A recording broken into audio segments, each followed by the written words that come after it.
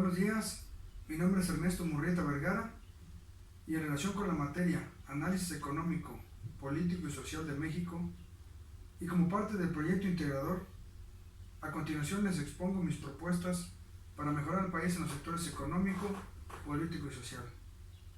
Primeramente, con el objeto de facilitar los trabajos de exportación de productos mexicanos y poder defender el precio de estos en el mercado internacional, trabajando sobre todo en el Tratado de Libre Comercio de América del Norte, evitar la importación de productos que produce nuestro país y que son una fuente económica de grandes sectores de la sociedad.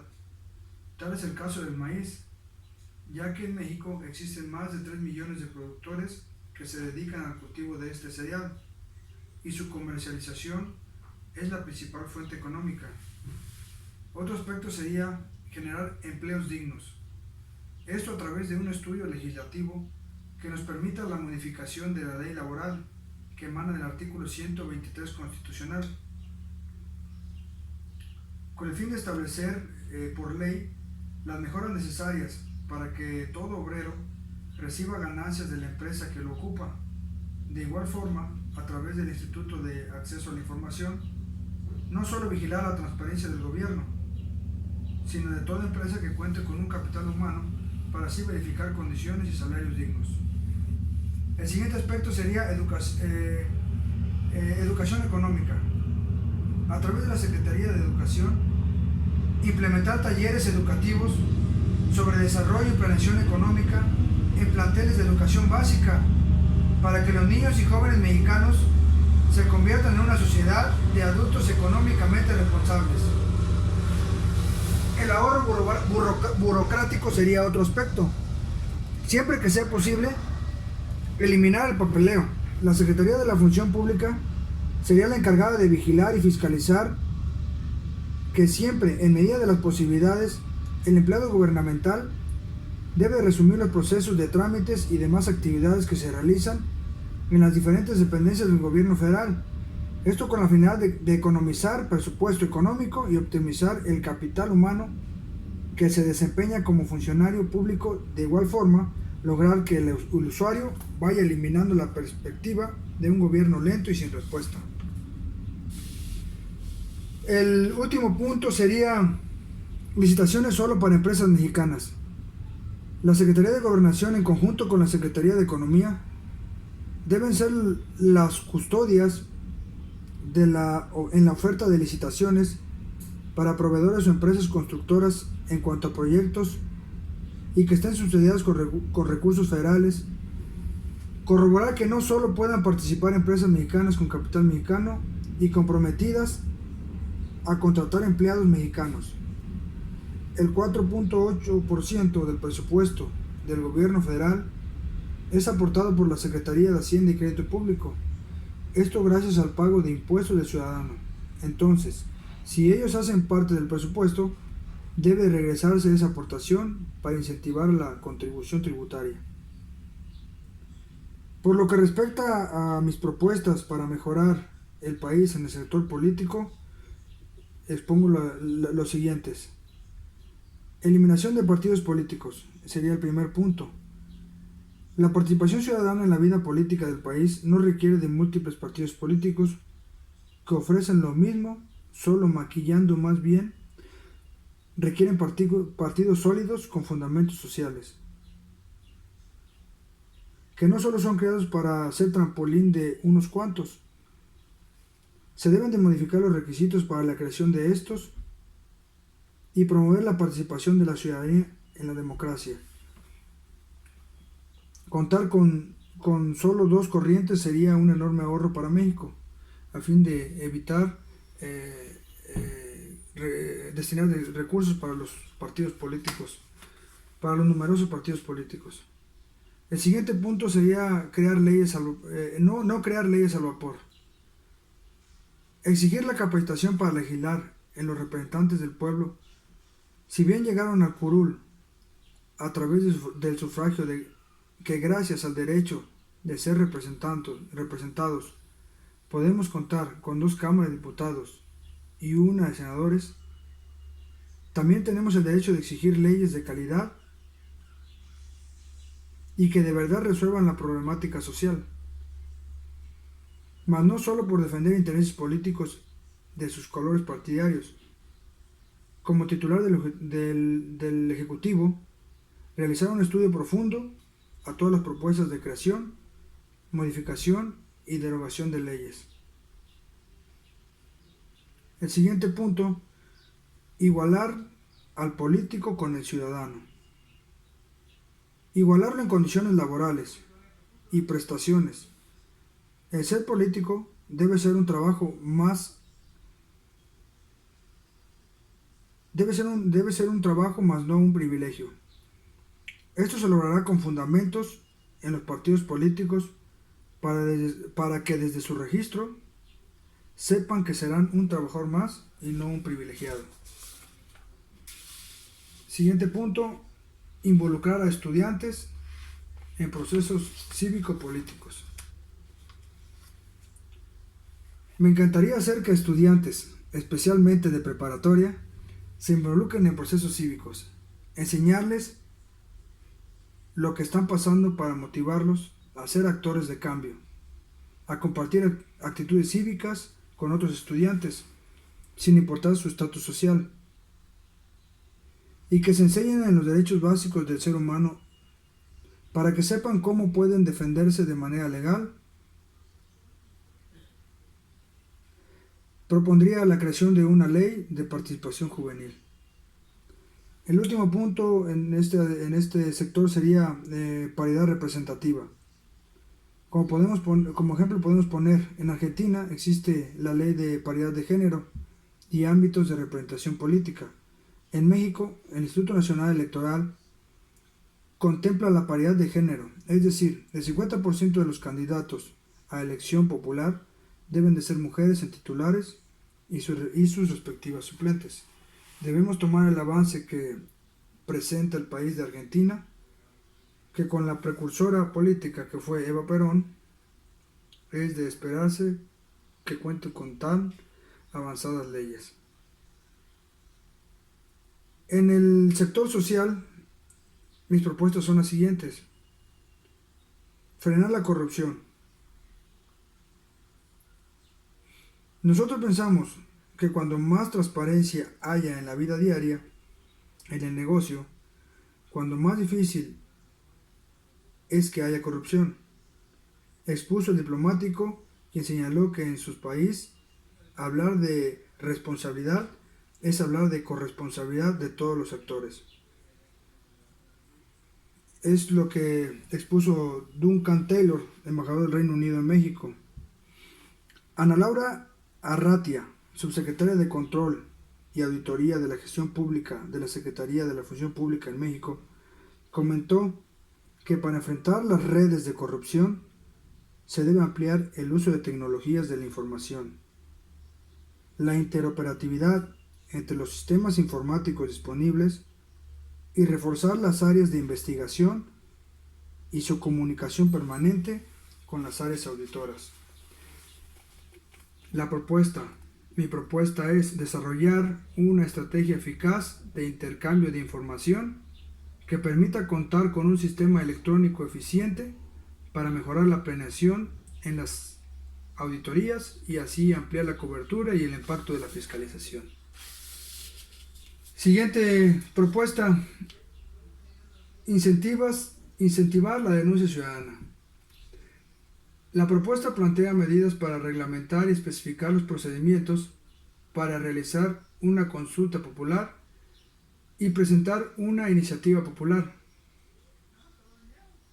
Establece como obligatorio cumplir medidas de certeza, legalidad, imparcialidad, máxima publicidad, objetividad, equidad, perspectiva de género, pluralidad y participación social. Las medidas contemplan enlistar derechos y obligaciones de los ciudadanos, detallar cada uno de los procedimientos de los instrumentos de participación ciudadana, señalar las causas de improcedencia de la solicitud, estipular los medios de divulgación, además puntualizar que los resultados de plebiscito o referéndum serán vinculantes siempre y cuando participe en dicho proceso cuando menos el 40% de las personas inscritas en la lista nominal de electores. Siguiente punto, identidad a los pueblos indígenas. La identidad es un conjunto de rasgos que caracterizan a un individuo o a una colectividad frente a los demás. En el primer caso, el individuo resalta el hecho de que cada individuo es único y diferente debido a las particularidades comunes que distinguen a los seres humanos del resto del reino animal. En el segundo caso, el colectivo, una persona se representa como tal cuando se reconoce a sí misma y a otras personas como miembros de una comunidad. Esta última, a su vez, aunque comparte similitudes con otras comunidades, tiene rasgos que la diferencian. La identidad se construye socialmente y el derecho a ella es complejo, debido a que se puede concretar mediante la vigencia de un conjunto de derechos relacionados. Siguiente punto, envejecer de forma activa y saludable. El sistema sanitario debe enfrentarse a los retos del envejecimiento poblacional. La cronicidad de las enfermedades, la evolución de la tecnología y la aparición de nuevos medicamentos obligan a avanzar hacia los modelos flexibles que integren conceptos como la revocación genómica o la inteligencia artificial. El último punto sería concentración de la población dispersa. Esta política debe ser integrada bajo el rubro del desarrollo rural integrado, que significa concentrar a la población rural diseminada mediante la estructuración de un sistema jerarquizado e interconectado de centros rurales. Esto tiene el objeto de facilitar y reducir los costos de la prestación de servicios sociales básicos, tales como salud, educación, vivienda y otros. Facilitar la incorporación de los campesinos a la economía monetaria de intercambio mediante la localización adecuada de la infraestructura de mercadeo. Modernizar las actitudes, valores y pautas de conducta de la población rural mediante una concentración que facilite el intercambio de ideas y la convivencia social. Facilitar el proceso de participación popular a nivel de localidades básicas y reducir el costo de la integración física del territorio. Estas son mis propuestas para mejorar el país dentro de los sectores económico, político y social. A continuación les presento el siguiente escenario en el cual Ernesto Murrieta Vergara se convierte en el presidente de la República en el periodo de 2018 a 2024, siendo sucesor del licenciado Enrique Peña Nieto, encontrando la siguiente problemática en el país. Primeramente, delincuencia. El año pasado fue el más violento en 80 años. Desde que estalló la guerra cristera, de acuerdo con información del Sistema de Seguridad Pública. En 2017 se cometieron 22% de homicidios más que en el año anterior. Es decir, un total de 29.168 asesinatos. Este hecho desató un escándalo en enero pasado. Sin embargo, esto no se detuvo. En mayo se registró la mayor cantidad de asesinatos en la historia registrada en un solo mes, tan solo 2.890, una cifra nada despreciable. El robo de combustible y la venta de drogas son las raíces de estos actos de violencia, raíces que han ido en aumento provocando más asesinatos. En marzo, Petróleos Mexicanos registró 1.417 sitios de extracción clandestina de hidrocarburos en el país, cifra un 34% mayor a la registrada en el mismo periodo del año anterior. Asimismo, algunos cárteles de narcotráfico, como son Cártel Jalisco Nueva Generación, se fortalecieron y se pelean en el mercado con otros grupos delictivos, generando violencia e inseguridad en la población. Otra problemática observada es la pobreza. En México hay alrededor de 55 millones de pobres, según información del Consejo Nacional de Evaluación de la Política de Desarrollo Social, Coneval. Este número de personas pobres equivale al 45% de la población total en México, superior a 120 millones. A pesar de que el gobierno del licenciado Enrique Peña Nieto, aplicó estrategias como la cruzada contra el hambre para combatir el problema, el número de pobres se mantuvo. Deuda. En el gobierno del sexenio anterior, el aumento promedio del Producto Interno Bruto fue de 2,1% anual. La deuda pública, de acuerdo con la Secretaría de Hacienda, equivale a 190,000 millones de dólares, lo que equivale al 53% del Producto Interno Bruto de nuestro país. No obstante, calificadores internacionales de deuda consideran que esta es manejable y con riesgo medio. Otra problemática es la violación a los derechos humanos. Ayotzinapa, Tlatlaya, Apatzingán, Nuevo Laredo y el caso de Pegasus, el asesinato de 106 periodistas en este sexenio, son algunos de los graves abusos o violaciones a los derechos humanos que esa administración deja pendiente. La Oficina del Alto Comisionado de las Naciones Unidas para los Derechos Humanos o la Comisión Interamericana de Derechos Humanos han emitido recomendaciones para dar un mejor seguimiento a estas problemáticas. Derivado de esta problemática, emito la siguiente conclusión. Nuestra democracia empezó a formarse en medio de una severísima crisis financiera, política e internacional. Esto en el año de 1982. En 1994, un pleno crecimiento sufrió una segunda crisis económica devastadora. Ambos episodios comprometieron dos atribuciones vitales del Estado: su autonomía frente a las élites económicas nacionales y extranjeras y la soberanía, esto es, su capacidad de decisión en la geopolítica. Ninguna institución, desde luego, no los partidos y ni siquiera la Iglesia, puede suplir al Estado como referente general de la sociedad. Los partidos han pretendido cumplir con algunas funciones de opositor, pero están constitutivamente impedidos para hacerlo. En primer lugar, porque su propósito es representar las fracturas sociales, no resolverlas. Y luego, porque en tanto que portavoces de intereses particulares no están comprometidos con la imparcialidad. A excepción del licenciado Vicente Fox Quesada, para quien el Estado no era ni siquiera un motivo de queja, los últimos presidentes, Carlos Salinas de Gortari, Ernesto Zedillo, Felipe Calderón, Enrique Peña Nieto, nos dijeron una y otra vez que el objetivo del nuevo modelo económico era modernizar y fortalecer al Estado. El proyecto reformista liberalizó mercados, privatizó empresas públicas, internacionalizó la economía y constitucionalizó una política económica guiada por el criterio inamovible del equilibrio fiscal.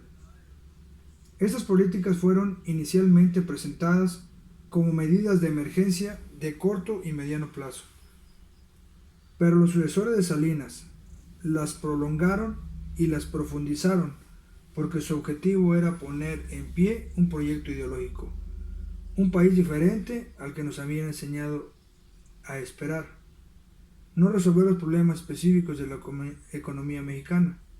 En consecuencia, no modernizaron ni fortalecieron el Estado, simplemente lo disminuyeron. Si evaluamos los resultados de 3 décadas de reforma del Estado en términos de la capacidad del Estado para movilizar apoyo social a sus decisiones, para generar consensos o para promover la adhesión al sistema político, la conclusión inescapable es que ha sido un fracaso. Concluyo con 7 de cada 10 mexicanos opinan que la democracia es un sistema de gobierno ideal. Más de la mitad menciona que en México no vamos a avanzar sin un cambio de fondo. Muchas gracias.